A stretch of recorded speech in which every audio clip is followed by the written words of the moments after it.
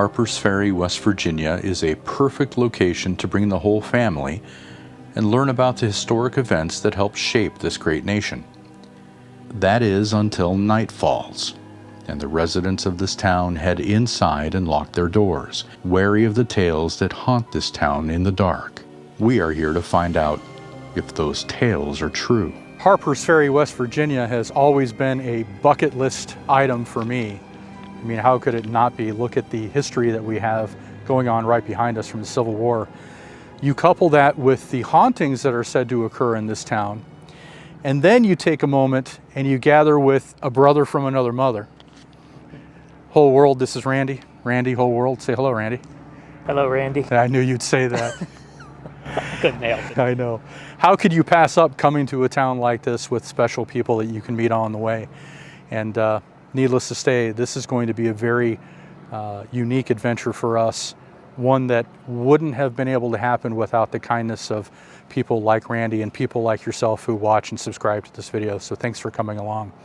Today we are in Harpers Ferry, West Virginia, to learn about the history of this iconic town and to explore some of the haunts that are said to occur here. Thanks for coming along. So if you're curious, let's take a walk through history. He nailed it.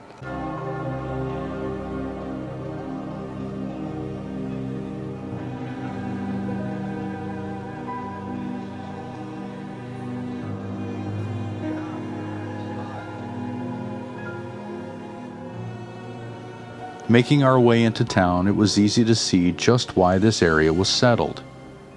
The confluence of the Shenandoah and Potomac rivers made a perfect location for Robert Harper to start his ferry service, connecting Virginia and Maryland. Soon people flocked to the area, including Thomas Jefferson, who stood upon this rock and looked across the valley, declaring the view as perhaps one of the most stupendous scenes in nature and worth a voyage across the Atlantic. George Washington would stop here too, and he would make the fateful decision to put a U.S. armory and arsenal here, a decision that would help to alter the history of the United States.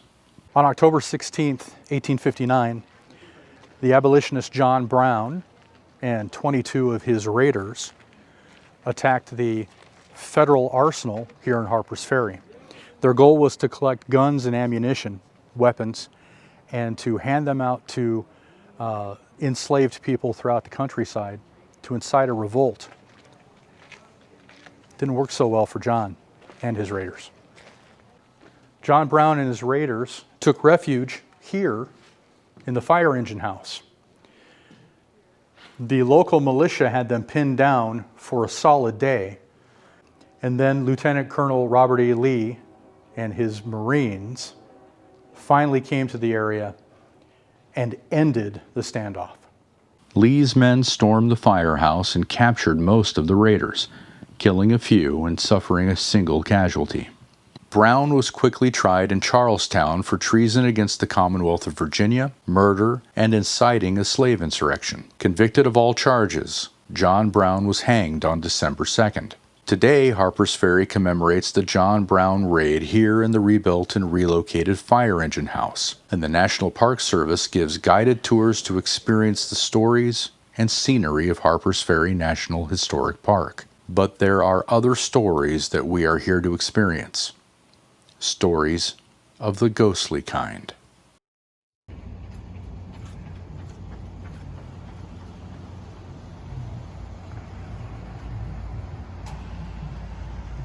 A 10-minute walk up High Street from downtown Harpers Ferry takes you to Bolivar Heights, where Camp Hill was located.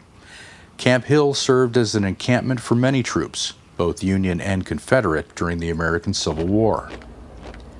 Today you can hear the ghostly sounds of marching feet on High Street as the spectral procession parades towards battle once more.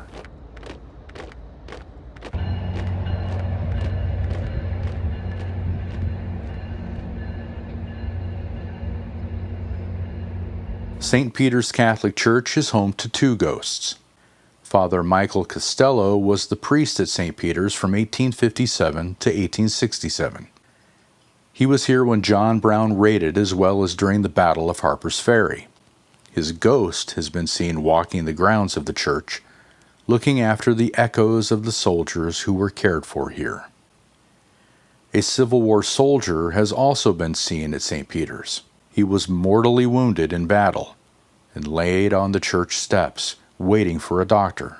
When he was finally brought inside, passers-by heard him whisper, "Thank God I am saved." Today, some visitors to St. Peter's claim to have heard those very words whispered in their ears, a haunting testimony to a life cut short.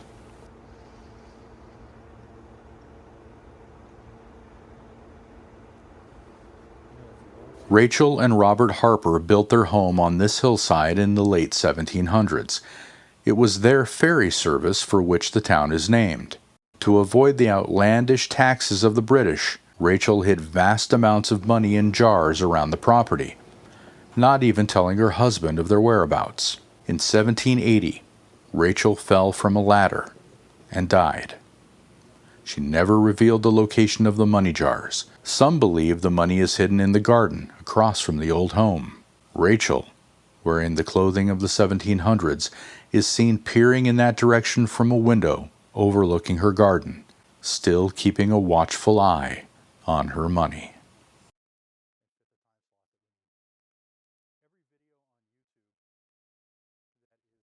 A woman named Jenny, who lived in a tiny shack by the river, haunts the Harpers Ferry railroad tracks. One night, while tending to her fire, Jenny's dress slipped into the embers and burst into flames. She ran frantically along the tracks, screaming for help. There was no stopping the train that hit her.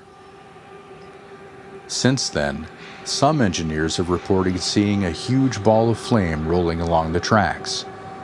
It is followed by a scream as loud as the train wheels screeching across the iron rails, the ghostly reminder of a woman who lived a humble life and died a horrible death along the Harpers Ferry train tracks.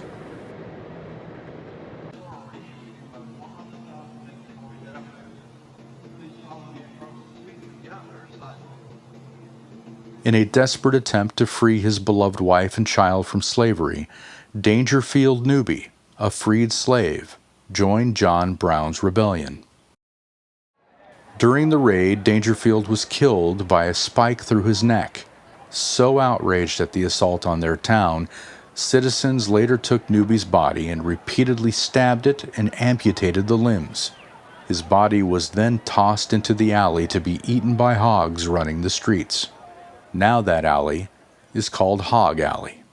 Mr. Newbie's ghost has been seen wandering down the small street.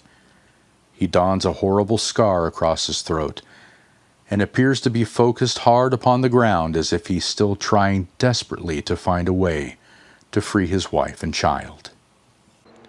And then there's the ghost of John Brown.